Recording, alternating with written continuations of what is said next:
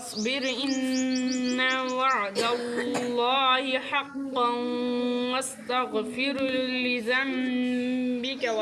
وسبح بحمد ربك بالعشي والإبكار إن الذين يجادلون في آيات الله بغير سلطان أتاهم إن في صدورهم إلا كبر ما هم ببالغه فاستعذ بالله إنه هو السميع البصير لخلق السماوات والأرض أكبر من خلق النار ولكن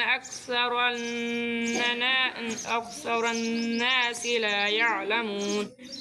وما يستوي الأعمى والبصير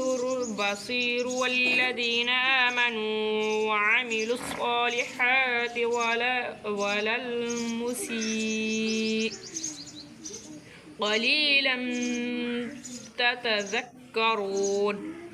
إن الساعة لآتية